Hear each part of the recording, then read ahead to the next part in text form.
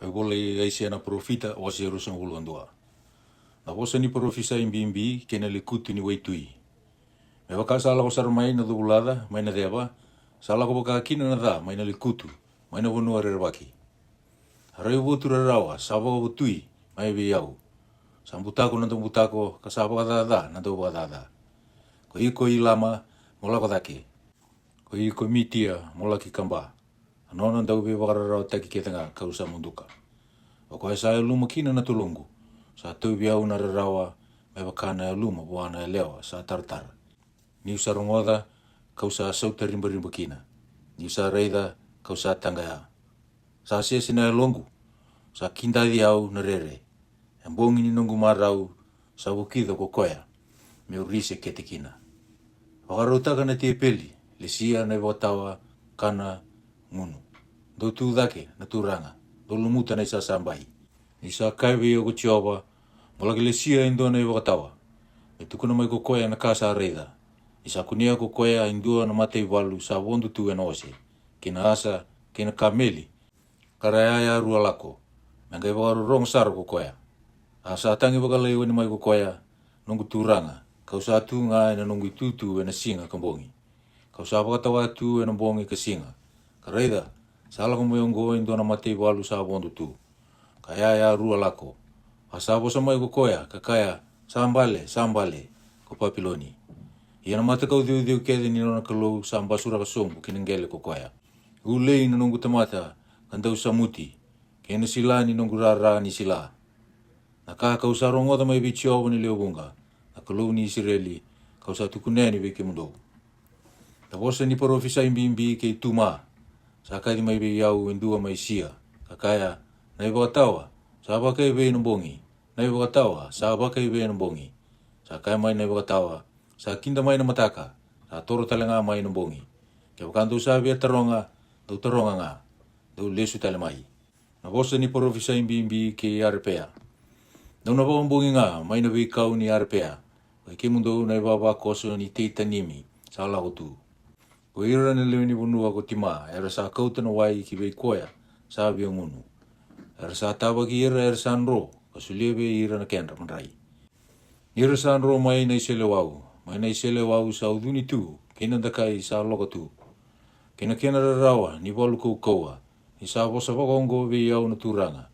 Mendua tali na mbaki, me wakana na mbaki ni tamatabuli. Enangai oti sara na nonra langi ketanga ko kitari.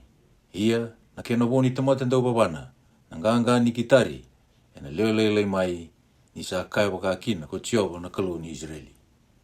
Wasi rusang ulurua, na bosa ni parofisai kinambuda ni raivotu.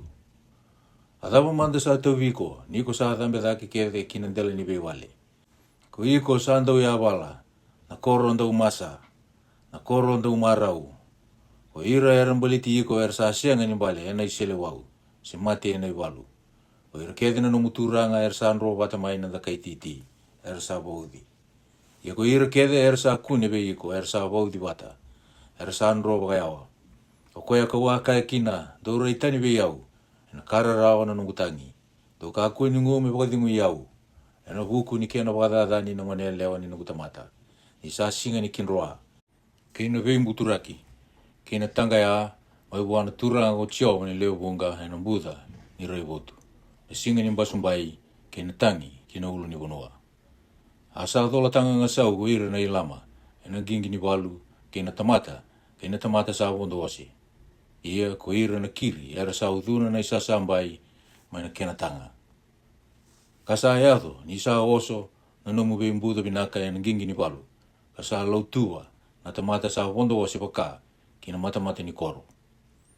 Kasa kautani na nonre boruru na chuta. Ia, ko angai ngolewa na singa koya na rangi mai na vali ni bekau. Dau sa angai kune na tiki ni bayi ni koro itevi ta sa kambasu, ni sa bunga. Dau sa baka songo na bata talengana wai ni nrano era.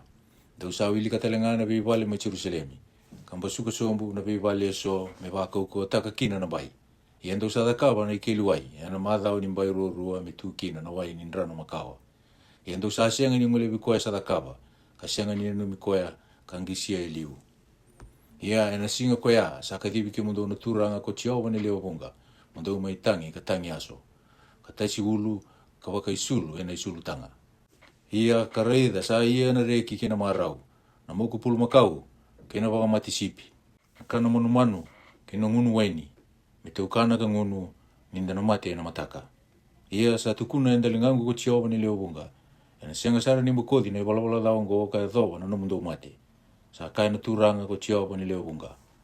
Sa waka na turanga ko tioba ni leo bunga. O lako, lagi durumanda bua na ndau ni au ngo. Iyo veise pina. Ko koea sa lewana wale leo buka kaya. Adhapo ko sa medakawa eke. Ia ko dhei na nomu sa tigo eke. Kasa aktaya kina na nomu imbulumbulu eke. Me waka indua ka aktaya na nono imbulumbulu e dhake. Ka dheu ta na nono itiko ena uluwatu. Reida, ko tioba ena mbiti ko tani sara. Ko ira na tamata kaua ka tambuna ki ko waka indina. Ena waka muithi ko sara. Ka rambo taki iko me waka na ka momokiti. Kina bunua rambo ilebu. Ia kona mati kina. Sana kau telenga kina nang gengi waka turanga ko santo kai iko kina. Ko iko ka wuni beba ko mandu ataki. Ena wale ni nomu turanga. Ia kau na waka sibi ko tani. Maina nomu itiko. Ka waka sibu iko maina nomu dakadaka. Ia ena adho ena singa koea. Kau na kathiwa na nungu italatala. Ko ela ia kimi. Na lube ilika ia. Ka waka isulu teki koea ena nomu isulu. Ka wauthi koea ena nomu iwau ni sulu. Kau na lisi koea me lewana kako sa lewa. Ia ena adho ko koea me tamanda na kai Jerusalemi. Kina matangali chiuta. Ia kau na teudha kina ndomona na indola ni wali te vita. Ena ndolawa ko koea kana sianga indua me songota. Ka songota kana sianga indua me ndolawa. Ia kau na wakatunde teki koea me wakana iwako ena tikina sa ande isara. Ena adho talangami tiko wakaturanga ka waka i uku ena wali tamana. Ara na rumbeda buana i uku kedengani wali tamana. Ngone kina kawa. Kina mbilo lalai kedenga. Maina mbilo ni ngunu. Kaya dhoba na mbilo ni taki. Sa kaya ko tioba ni leo bunga. Ena kautani ena singa koea na iwako. Sa wakataunde itaki ena tikina sa ande isara. Ena tamusuki kalutu. Ia na yaya ka rumbe kina ena tamusuki. Ni sa tukuna ko tioba. Wasi rusang ubulo tolu. Na wosa ni parofisa imbimbi ke itaia. Taungongo lou. Na wanga ni tasisi. Ni sa wakalalataki. Sa senga na wale. Sa senga indua midurukina. Sa tukuni be ira maina bunua ko kitimi. Dau tiko lo. Na leo ni anu. Ko ira na dau be woli ni saitoni. Era dau sokota na wasa. Era wakabuti ni au teki iko. Ia na sila ni siori. Maina mbati ni wai lebu. Na kena yambaki na udhiwai. Angorori ka tumbu kina. Na nona iau. Kasa nono koro ni dau be woli na be matini tu kukoya. Mamandua saitoni ni sa wasa na wasa. Iyo na wuni kena kau na wasa. Kasa kaya au sa senga ni tartara. Au sa senga ni wakusudu. Au sa senga ni susunga na dorbo. Sepa ulidan wane lewa. Ni sa tukuni ki chipita. Era na gaira rawa. Era huku ni rongo kita ia. Dau lako kita ikandua kita sisi. Dau ngongo lou. Era leo ni anu. Ngo li na nomudo koro sa andau marau kokoya. Katumbu ena ngauna liusara. Sa andau kau tiko e wakayao na wana mitiko kulangi. Ko dei sa lewa ongo me adho bita ia na ndau be mbuli. Karaturanga na nona ndau be woli. Kandau rongo e buru ko ira na nona tamata ndau be woli. Sa lewa ongo ko tioba ni leo bunga. E wakadadana na kena totoka kedenga. Kamimbedi ira kedenga era ndau ndo kai e buru. Mobua mbale na namubonua me wakano udhiwai. Ko iko na ngone lewa ni tasisi. Sa asenga tali na kena itarobi. Sa andau ndo toka yani na lingano kokoya kina wasa. Andau ya walata na vimati ni tu. Sa wakaroto ko tioba ena huku ike nani. Me warusa na kena vi koro kokoa. Kasa kaya, mokaku atali ni marau ko iko na ngone lewa sa wanga sei. Na lube saitoni. Modabu tu kamani lawayani, kitimi. Ia, kona sianga tali mi wakadhingu makia. Raida na non rawonua na kai kiliati. Matangali ongori ka sianga ngai liu. Kasanga itau ya butaka ko asiria, menron na kai lekutu. Arsatara na kena vi vale dedere. Kawonduria na kena vi vale boturanga. Kasa pakarusa ko koya. Dongongo lou, na wanga ni tasisi. Ni sa rusa na nomundo koro kokoa. Ia ena eldo ena singa koya. Ena ngui leda wata ia kapitu sanga wulu na yambaki. Me wakana ngauna ni mati ni tu endua. Ni sa woti na yambaki e bitu sanga wulu. Ena gaiado kita ia me wakana kena meke na lewandu tangani. Mutura na api. Lagi boli ita na koro. Ko iko na tau tangane ka ngui leda. Giri-giri baka vinaka, me bunga manda na sere, ma baka na numikina. Ia ni sa o tina mbaki e vitu songa bulu. Ena kai tele vita ia ako tiova. Ena kai lesu tale mai ko koia kina nona i boli. Kame ia na tau tangane kina vima atini tu keda ngai burubura. Ia na nona i au, kina nona i boli, ena tambu me nei tiova. Ena sianga ni kumuni wata, se mani ni taki. Ia na nona i au ena nonra, era sa tiko, ena mate i tiova. Merakana, kama mau, kawaka i sulu. Ena ka vengati. Wase rusonga bulu ba. Raida, sawa kala taka na vonua ko tiova. Sawa ka tumbu i taka, ka sandu i waka sivira, era tiko kina. Ia, ena edu buana bete, me wakasa edu veira na tamata. Watelenga na turanga, me waka buana no na tamata. Wana marama, me waka buana no na banda. Wana boli taka, me waka bua sa bulia. Bua sa sulia, me tale waki, me waka bua sa kerea. Bua sa teura na kene kere, me waka bua sa sulia na kene kere. Ena pakalala tagi sara na bunua, kapaka tatani sara. Isa tabuta na bosongo ko tiova. Sa tangi na bunua, kasamalayani. Sa dingu oda ko urubura, kasamalayani. Ko ira era turanga urubura, era sa dingu oda mai. Sa bakantukuntu kalita kita langa ko urubura, ena huku ni lewena. Ni asa talain rendre kina bunau. Era sa bakatani taka na lesi. Era sa bakatataka na viala titau mundu. O koe ongo, sa kani urubura kina na dunru. Ara sa bakatalai ko ira era sa tiku kina. O koe ongo sa bakamai kina na lewe burubura. Kara lewe lai na tamata sa tiko. Sa tangi na waini bou. Sa malai na waini. Ko ira na alon daureki era sa butungu. Sa mundu na wamarau tagi ni timbireli. Sa woti na kenda rorongo na tau marau. Sa mundu na wakareki tagi ni api. Era na senga ni avate na ngunu waini kena meke. Ena nganga na yang kona vi ira sa ngunua. Sambasuki sombu na koro sa lala. Sa songo tu na vi balik nga mesenga e durukina. Saratangi ena sangate ni koro. Ena huku ni waini. Sa andromu kede nga nreki sa yali na marau ni bonua. Sa wo nga na rusa e loma ni koro. Ka mbasuki sara na mata ni koro. Ia ena waongo e loma i burubura ena kendra mali o na vi mata ni tu. Ena wakani sa kurei na olive. Ka wakani sa tumitumiki na wuo ni waini ni sa oti na wuo waini.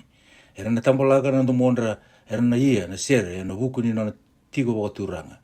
Ko tiova, era na kaila mai waitui. O koe ango, ndo waka binibina kataki tiova, kina mai natu i dhake, iyo na edha i tiova na kaloni Israeli. Ena via ni anu ni wasawasa, mai na yala ki burubura, enda sarongoda na sere, iyo na waka binibina ka bua na yalo ndondonu. Ia kaua kaya, ulei ko iau, au sa dha. Era mbutako na dambutako, iyo, era mbutako walevu era na dambutako.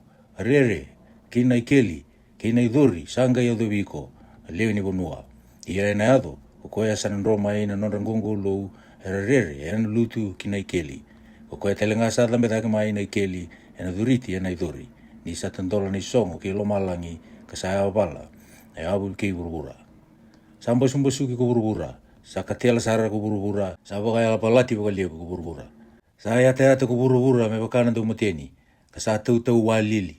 Me wakana mode lili. Ia sambi taki koya na kena talain rendre. Ena mbale, ka senga ni tuda katale. Ia ena ado ena singa koya. Ena kai tunruwa ko tiova na ibaba kosa de sa tiko, ena tikina de. Ke ira na tui ke burubura, endela i burubura. Arana wakasongo ni bata me wakana bombula, ena ikeli.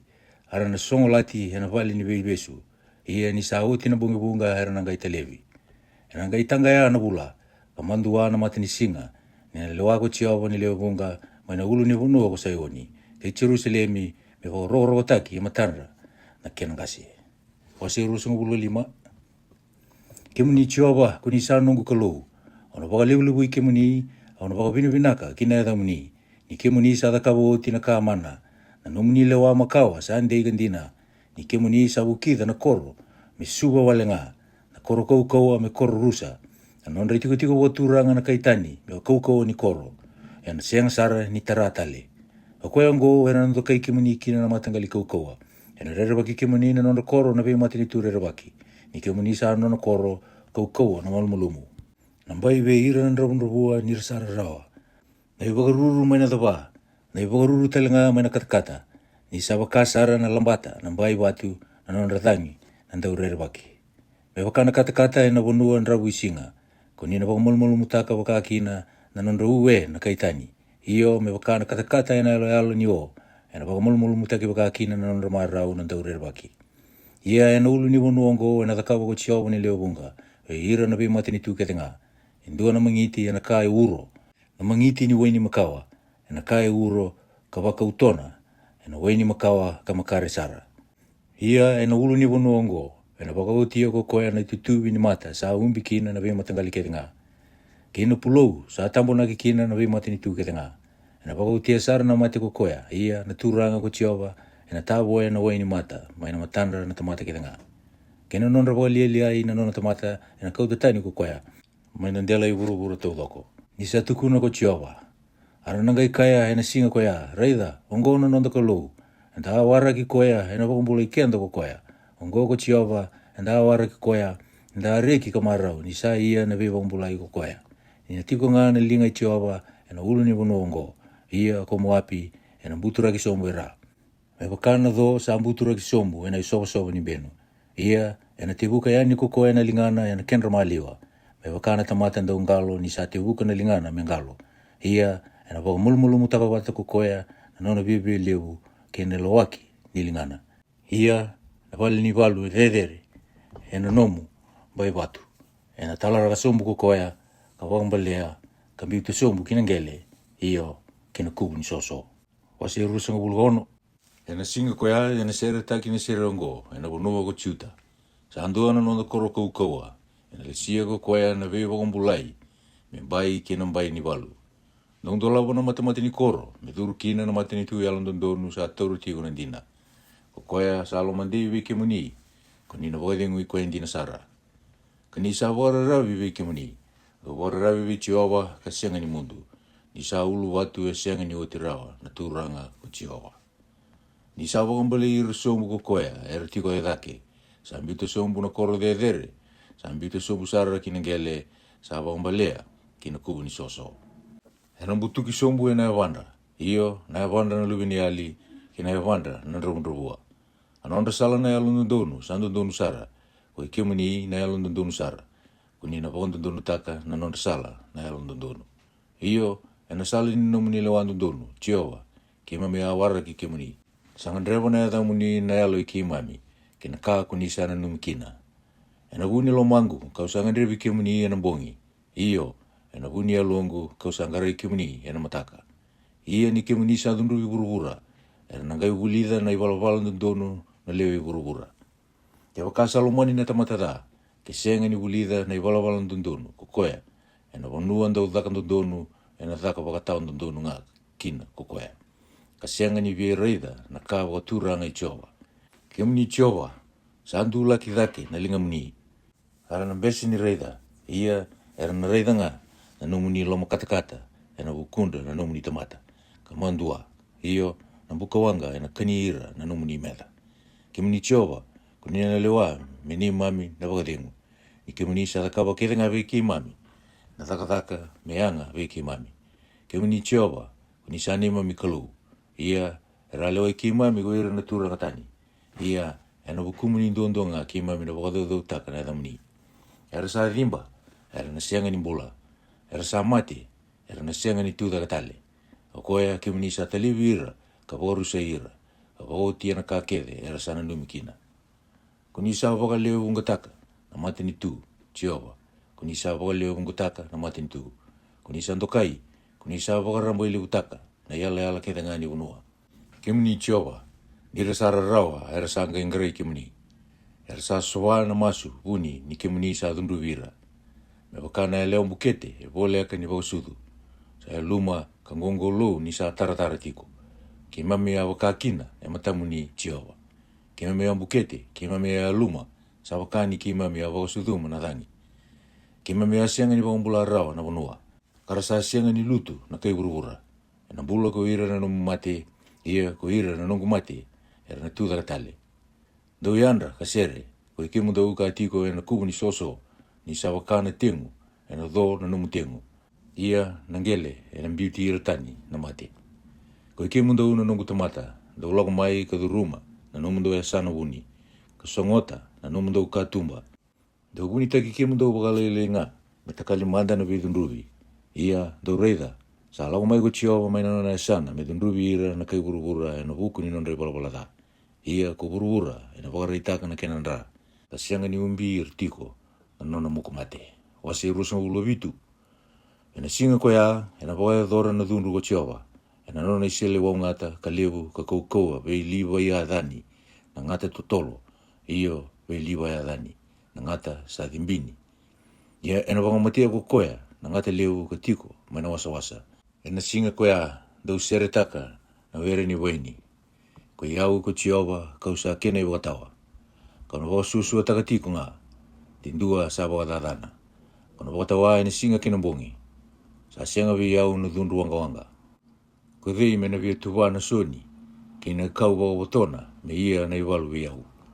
Kau na sa dhuru mbasi ka takira. Kau na sa wakamapata. Te senga, me ngai toro manda ko koe na nungu koukoa. Me ia na bebi na kati ke iau. E na ngai ia kina, na bebi na kati ke iau. E na ngauna mai muri, e na te isomu ko chekope. E na se, kambeta ko Israeli. Ia, e na rombota, na ndela i vuru-vura, e na vuandra. Sa e viti koe li ko koea, me wakasa e viti ira, era e viti koea. Se sa wakamatei ko koea, me wakategi ira, era sa wakamatea ko koea. Sa wakarouti ngā na nomo veidunru wikaya, ni ko a wakatalai koe tani. Sa kauti koe tani, eno na dhangi koukoa, ena singa ni dhangi, mai natu i dhake. Ena kaungo, ena sabatani kina, na takadala i chekope. Iongo na buana ketanga, ena kauti tani, ena nona i walawala da. Isa thakawa ko koe na watu ketanga ni thamutamu ni soro, me tautu wata kina lasi, sa kaka woro-woro. Me sianga ni tūdakatale, na matakau e ase tō revi, kina mate ni singa. Ia, ena lalanga na koro koukoa, kina i tigo sa ambiu levi, me wakana vi kau. Ena kana wuli kina na luwi ni puluma kau. Koto sombu kina ka kania sara na tambana. Ni sama lai na tambana ena ngai musuki lewi. Ena na mai visa ko ira na elewa. Ena buku ni rasa sianga ni tamata alo matua. Ena sianga ni alo makina vi ira ko koea kambulia. Ia ko koea kambulia ena sianga ni lomanira. Ia ena alo ena singa koea. Ena taudo ko chioba na no buata. Mai na ndreki ni udhiwai ka edhoba na udhiwai ni chipita. Ia ando na songu ni ando mai, ko i mundo na Israeli. Ia na ado na singa ko ya. Ena ubu na ndo levu, karana lako mai, na vonua ko Asiria ko ira, era vole ka ni Rusa. Ke ira era tiko, se mai na vonua ko i chipita. Arana mai dhuba be chiova, ena ulu ni vonua tambu mo Jerusalemi. Wase Rusa ulo walu. Ena dhana non rasala, langi-langi na ndau matiani ni Ifremi. Ke na sieni kau, ni nona uku samalai. Ako e sa wakaila sa kina na ulu ni non rambumbula era sarawai ena waini. Reida, sa lendu e vichova sa nganga ka koukoa. Ka sa wakana uda de bata e taumbi. Kina tava sa ndau vi vorusai. Ka sa wakana ndombui sa uombale.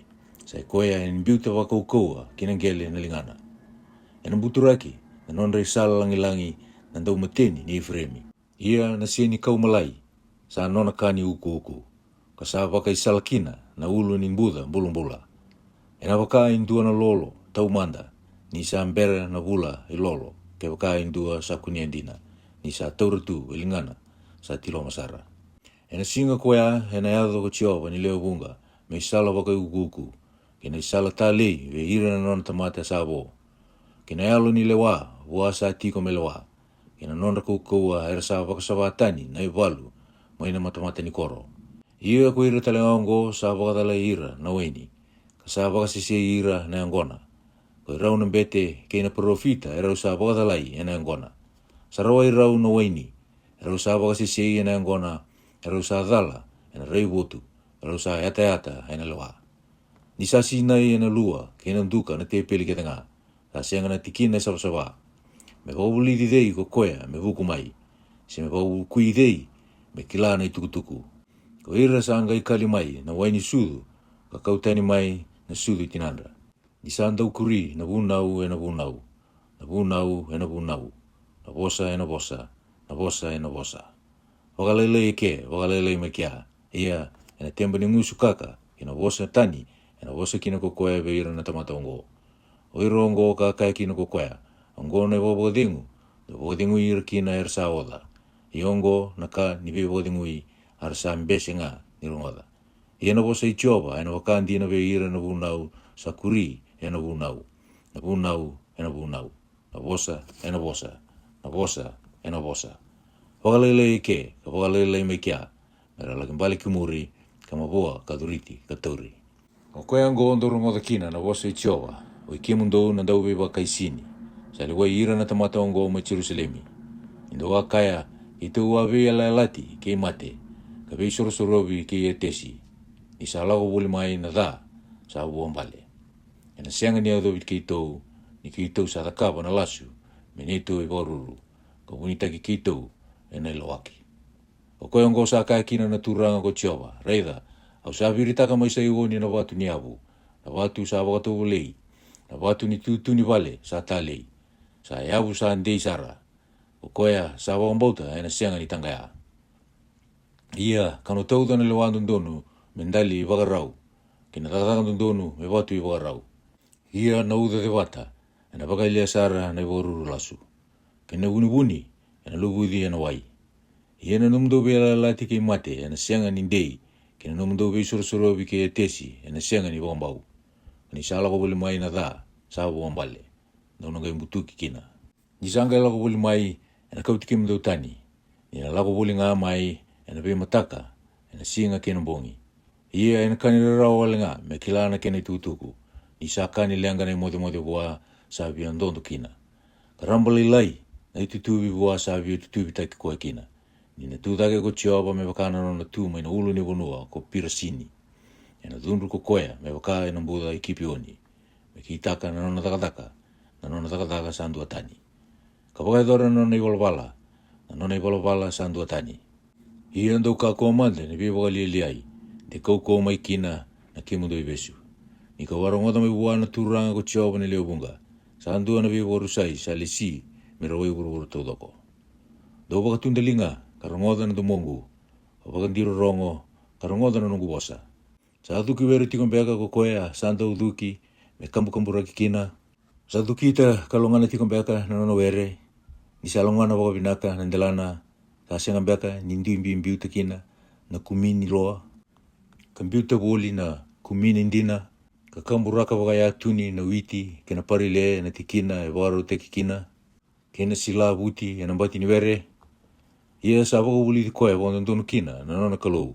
Ka sa waka wukui koea. Ni sa sianga ni samuti na kumini loa e na isamuyara. Ka sianga ni tongiri na yawa ni kingi ni sila e na kumini ndina. Ia sa samuti na kumini loa e na ike kena kumini ndina e na ititoko. Sa anda umbutungangi na witi. Ni na sianga ni via samusamute tiko ngā ia kokoea e sa tongira na yawa ni nona kingi ni sila e na yawa ni nona ose. Sa na sianga ni via urume mea taka kokoea. Akatelenga ongo, sa taka mai vi Jehova ni leobunga. Kokoea sa wakurumbui na nona lewa. Ka sa ka lewu na nona buku. Wase urusan ulga diwa. Ulei ko erieli, iyo ko erieli. Na koro ka tiko kina ko te vita. Dokuri tiko na ambaki, na ambaki. Me ye tiko na solewu. Ia kono wararao taki erieli. E na tiko kina na loma bimbi ke na tangi. Ia e na wakataki erieli ndina ve au. Ia kauna virimba itiiko e na iwalu. Kambuku na nruanrua ni na mukoro. Katakawa na ke musua. Ia kona wakambale isombu. E na ia mai na ngele na nomu bosa. Ia kona bosa. Era mai na kubu ni soso. Ando momu e na wakana ndomu ni ndaudurumi mai. Na loma ni ngele. Ia mai na kubu ni soso. E na ndomu lailai na nomu tangi. Ia na nomu meda. Era leo bunga era na wakana kubu ni ngele. Matailalai.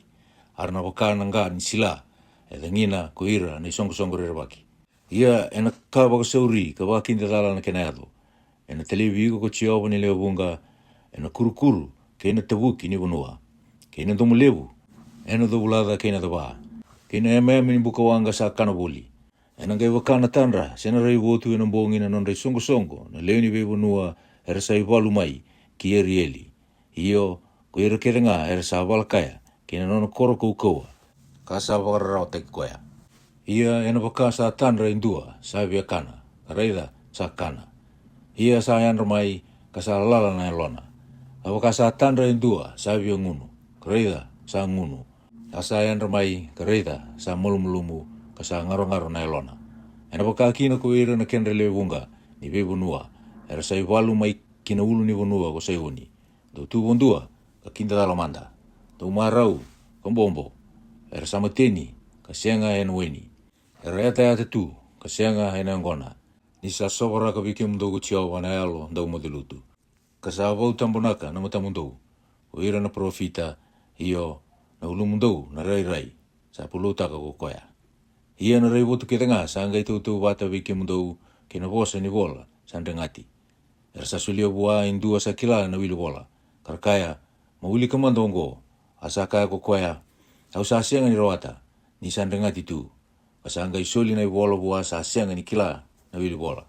Arkaya mawili kamandongo asa kaya kokoya au sa sianga ni kila na wili bola. O koyongo sa kaya kini ko chiova ni sa toro bola ka biyau go ira na tamatongo e na usundra. Arsa pakorokoro tagi au na tembe ni usundra. Ia na londra. Arsa boya o taga biyau. Kina nondra rewa ki au sa wuno nga ero bulida wala nga ira na tamata. O koyongo reida kau ia manda indo na takataka wa kurumbui ve ira na tamatongo. Iyo indo na takataka wa kurumbui wa ka indi na sara. Ia na ali na nondra wuku, na nondra tamata wuku. Kana tambonaki na nondra alo matua na alo matua. Ulei, o ira era sengata matua, mera hunia tani vi chiova na nondra bosi. Ara na ia na nondra takataka ina mutu. Arsa kaya, kodei sa reidi ki tou. Ia kodei sa kile ki tou. A kena lewu ni namundu elo takelo. Me waka tau watagili, nandau tuli kuro, kena ngele ni kuro, me kakina na ka sa tuli bua, sa tulia, sa sianga ni tuli, yau, kukoya. Se me kai na ka sa ambuli bua, kambulia, sa sianga ni wuku kukoya. Sa wele lai, se sianga, me kai puki kole panoni, me were mbulumbula. Ina were mbulumbula, me okati, me veikau. Hia ena singa koya, ena rongoda na wosa ni bola kukoya, sa andindi bara. Karai rao mai na kambu. Kena mutu mata i koea sa matamboko. Ko ira talangana alo mulumumu, era na kuria na nondra maro teki chiova, ke ira na tamata ndrubundrubua, era na reki teki koea na alo sawa ni Israeli. Ni sa waka wele taki, na ndauwe waka saurara taki, ka sa woti na ndauwe waka lili ai, ka sa mundu kitani, ko ira keta nga era ndau yandra, me ia na ka, sianga ni ndondonu. Era sa waka dala na tamata ni sa wosa wale nga, kambirin dai be koea sa ia na be unodi e na mata ni koro ka waka suka i koea tani wala nga na ron don o koea sa ka kina wakongo ko chiova o koea ka wakombula ia parama e na buku ni matangali chia kope e na senga manda ni mandua ko ira na chia kope e na senga manda ni mata vea na matandra ni sa angari di ira nulvena na takataka nilingangu e na kendra maliwa e na kai wakororo ko taga na yatangu ia era na wakororo ka teki koea na nondra alo sawa na chia kope. Ka rere wagi koea na nondra kalu na Israeli. Ko ira talanga kan dau dhala na elondra. Era na kai kila na buku. Ke ira na dau ndindi. Era na kai pulida na ibawa bubuli. Ko se tulu sama bulu. Sa kaya ko chiova ulei. Ko ira na ngoni talain rendre era sa waro rongo. Ka sianga viau. Karasa umbia e na ndua na umbi. Ka sianga ni waka na elongu. Nara kuria kina na dha e na dha. Era sa lako sumbu i chipita, kar sa sianga ni taronga viau. Era wako tegi ira, e na koukou i ferro, ka pakararabi ki na elo i chipita. Ia na koukou i ferro, e na yado me kando umandu a kina, ke na pakararabi ki na elo i chipita, me kando na rongo da kina. Nira sa yado ki soani, ko ira na nonda turanga, kar sa wakatandu mata ki anesi. Ko ira kede, era sa mandu ataga na leoni vanua sa sianga ni anga beira. Kasi nga talangani bibuke, sero binaka kina. Sa araw nga na mandua, kinabi bagalili ay talanga. Na wasang bimbini parofisay, kina manumanu ni Deva. E na punuan ni waga kinararawa. Sa ala kumay kina na layuan ni Alewa, kina layuan ni Daukata. Nangata loa, kina ngata, wakang bukawanga, sa buka. Era sa kau talago na nondra yau ng takundra, na luwi ni asa. Kina nondra kamunanga ng takundra na kamili. Menondra na leo ni bunua, senga ni anga beira. Sa senga na betena sindua na kenayanga na nondra bibuke na kaichipita. O koyango kausawa katu kai koe kina. Na daung bole sa daung muda. Maloki bola manda e matanda na kaungo e na papa ni bola. Kaula e na bola me tu kaya dobo na ngau na muri me senga ni mundurawa. Kanira sa tamata ndau talain rendre ongo. Ngone ndau lasu, ngone sa ambesi ni rongoda na kuna uchoba. Era kai beira na rai Dau kakuni rai tiko, veira talangana profita. Dau kakuni una utaka na kanundonu na huku ke mami. Una uwa malmulumu ve ke mami. Rai ngana ka lasu. Dau lakotani na sala. Wakatiki tani mana salatu. Me kuo soni tu na mate ke mami kukoya na alo sawa ni Israeli. Akoya sa kaki na kukoya na alo sawa ni Israeli. Indo sambega na bosongo. Kapakara rabi kina biba kasaura rataki. Kina ka bebe karabita. Ia na iwala daungo na tau wata kina bi kimdo kina tiki nimbai watu de sada. Kabole kanimbale. Kala tu na sa kambasu wa sauri mai. Ia na kena kambasu na wakana bilo ni dau tulim bilo saporoti. Sa woro lagi bakasara asa sianga kina ni kune na kena idada indo na tikina me labim buk kina. Mai na matandrau se metaki wa kina mai na ikeli. Isa kai wagongono turanga ko Jehova. Ko na elo sawa ni Israeli. Indo sali sumai ke tiko malua dono bombula ikina. Indo sawa diengu ko wara rabinga. Dono koko kina ia do ambesenga. Do akaya esengai kima misandro ena ose. Ia dono ndronga kima mnabondo lako ena ose tutolo. Ia ena tutolo ko ira sawa kasabi kimdo. Ni sambole mai ndua ena ndro ele ndua nondolu. Ia ni sambole mai ele 5 dono ndro saranga. Kamalua dono lei vitu me waka ndua na iwana ena ndela ni ulu ni bunua. Ka waka na kuila ena ndela ni koro.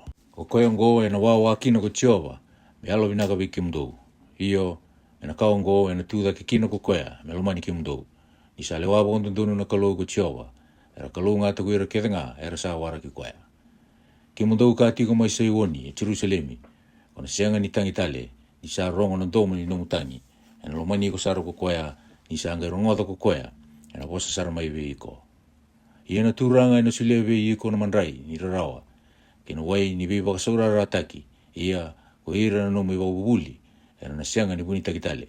Kona reidi ira tiko nga na nomu iwa bubuli. Ia ni ndonga le tani waka kina imatau. Se kina imawi. Dona ngerongoda indona bosa. Mainda kumundo ka waka. Angona sala. Doma ila kutunga kina. Dono gai wakatadana na imbotani siliva, ni nomu matakauli siliva. Kina ugu kukola, ni nomu matakau kola. Kona bita levi me wakana ka vela. Kona kaya kina, molakotani. Ena gai sulia koko ya nauda kina nomu suere ni kau. Kosa kamburaka kina gele. Ia na sila mandrai. Na buwa ni gele. Ena waka uro ka wakalewe. Anomu manu ena kana, ena singa koya, ena unua bedo levu. Apul makau talenga, kina luvi ni asa, ena ndoda kadaka ena were. Era na kania na ka tuituina, na ka saba ka sosabata ki, ena isibi, kena iri. Ia ena ulu ni bunua te ketanga, kena ulu ni koro, rewa idhaki ketanga. Ena ngai tu kina na suani wai, kina wai nrono, ena singa ni vimuku levu, ni sanga imbale na vivale te. Ia na rarama ni bula, ena ngai tau bata, kena rarama ni matini singa. Kena rarama ni matini singa, ena ngai waka vitu, me tau bata kena rarama ni singa i vitu. Ena ngona, sa baudu kina ko Jehova, na non ramaboa na non tamata, ka wakumbula, na weni ken kuita. Reida, na eda i Jehova sa alawa wakaya mai, sa wanga tuna nono dunru, asa kubudake, na kena kumbou, a tembe ni ngusuna, sa dunru walebu, ia na emena, sa kana boli me wakana buka wanga. Ia na nona dhingu, me wakana uithi wai sa buambale, ena ala kintu monra, me tau buloni na vei matini tu ena bulo lasu. Ena ndua talanga na itarubi, e bebo kadalai ena ngusunda na tamata. Ena gaindua na nomundo usere. Me waka ena mbongi sa ia kina na soli utambu. Kina reki wakayalo. Me waka indua sa ubumbito ni sa lako tiko mai kina ulu ni bunua i Jehova. E koe na ulu watu ni Israeli. Ia ena warongoe ko Jehova na tomona wako turanga. Ena wakarere itaka ko koea na lingane ni sa tau mai. Ena tunru wanga kina yameami ni buka wanga sa kata woli ena veise yaki. Kena tawa kena uda te wata. Ni sa ngai rongo na domo i Jehova, ena ngai eviti asiri e sombu. Ko koea ena itikutiko. Ia na tikina kere, ena tau kina na itikutiko sa lisia, ena wakataudo wa ko Jehova, ena ia wata kena timbereli, kena ngiri api. Ia ena iwalu rerwaki, ena wala kaya ko koea. Ni sa waru teki mai liu ko toferi. Iyo, sa waru teki ongori, menona na tui. Sa takaba miti tombu karamba i levu. A kena imbini buka wanga, kena buka nroka sa levu. Ai thengu i Jehova, me wakana sulfure sa andavitu, ena tutu waka. Amen.